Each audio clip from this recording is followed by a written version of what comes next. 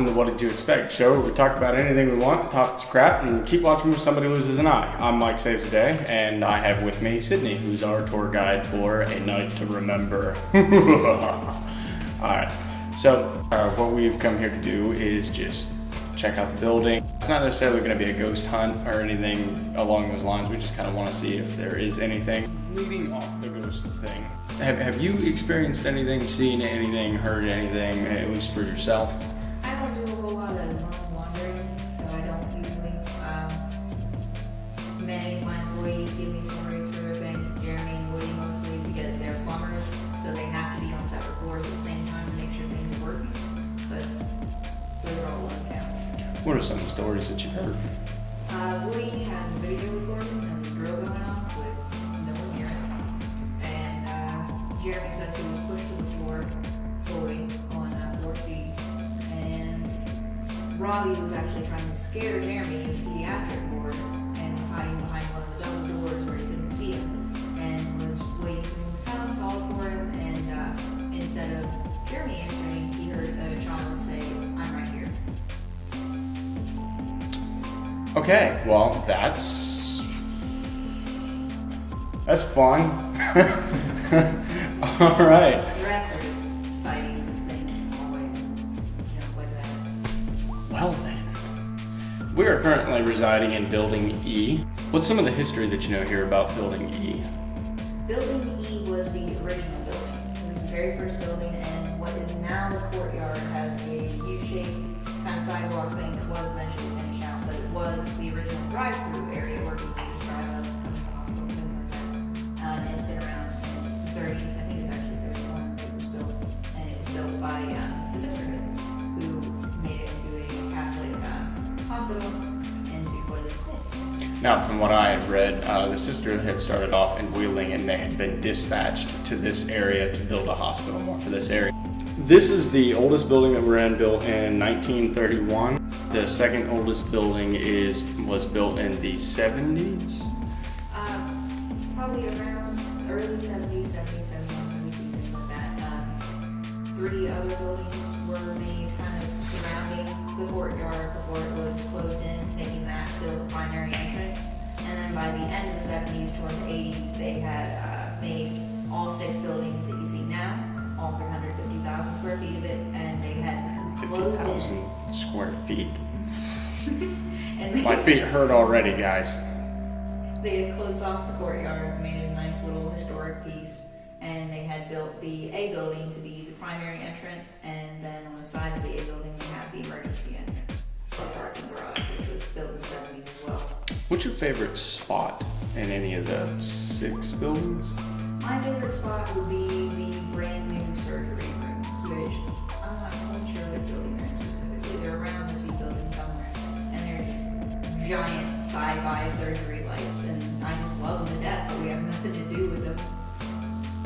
That's nuts. I could see, definitely shooting some kind of sci-fi movie or something there. That would be wild. What, do you know anything about the original inhabitants of the buildings, or any kind of interesting facts about maybe some kind of like stories or history about the people that were in the buildings? Well, of course we have the shooting and the nun story and things like that, but I don't really know anything about day-to-day normal stuff. It was mostly just the nuns were here because it was a Catholic thing, because the chapel was up there and stuff, and that was always inhabited. And then that's it. It's just more patients, more specialized areas, more like ICU and more pediatrics and things like that, so they could have more specialized care. The nun was murdered in a staircase, which was eventually just walled in.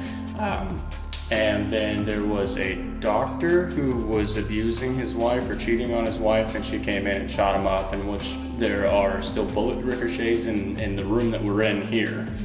Okay, that's one way to take care of an asshole, I guess. All visible in the main lobby too. This was a drama center. How long have you been employed here? About 3 months. About 3 months. What's a typical day-to-day for you? Typical day-to-day for me, I'd probably say on a week's basis we have some kind of catastrophe going on. Something leaks, something overfilled, somebody's coming in to inspect something like that. So we have 1 or 2 exciting days a week. And the rest of it's just managing a lot of petty cash, because it's a lot of maintenance, taking care of buildings that are This one. currently inhabited, you Yeah. know, if they're available, but they're just not active. So it takes a lot to make sure that the plumbing stays the way it needs to be, shut off all the electric so it doesn't harm anything. I think one of my final questions for this interview, if you could tell people anything about the build, whether it's to come in and just see it for yourselves, or come and get office space, because it's, you said that you were wanting to build a community here. That's your guys' mission. So actually, give us and my viewers a little bit on that. What kind of community are you wanting to build here? We're trying to build a community building that will be good for all of Parkersburg. There are some things that we're a little iffy on whether we're going to do or not. We wanted to take a rehab center into here, but we don't know if our other tenants are going to be comfortable with that. So that's still an idea that we're just bouncing around. But we're pretty confident, with fingers crossed still, that we have a college coming in for dorm rooms, and we want to make the whole E-building renovated and into a museum. Available for people to come and walk through. We want a Saturday thing with live bands, and of course the Cafe Joseph again, and things like that. We just want to see this building become active again, because a lot of people here were born here and have their children here, and a lot of people love this building, and it's a shame to see it sit. So if you could tell the people out there that are watching, whether it be friends, family, or people that you've never even met, what would you want to tell them about this building? I would want to tell them that it is ridiculously historic, and that there are some areas that are modern, like the sci-fi area, things like that. It was an incredible feat of construction, and it's definitely worth seeing. Well, you guys heard it here on What Did You Expect? This was an interview with Sydney Cooler, and about the wonderful buildings here. The downside is I just bleeped that out because we're not really allowed to tell you where we're at.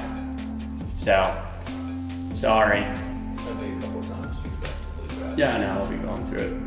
Alright guys, I will see you guys in a bit. We're going to go ahead and do some walkthroughs, and we're also going to have a theatrical portion of this where I want to clearly label that part of this is going to be a documentary,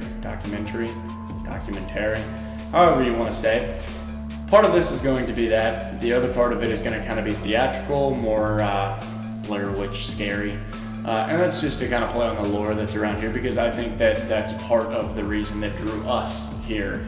Not just the fact that the building is old and it's historic, and we're interested in the history of the building itself, but also we're interested in some of the creepy stuff, especially here in the building E. So you guys are going to see a bunch of that right here below, and I will see you guys in a bit.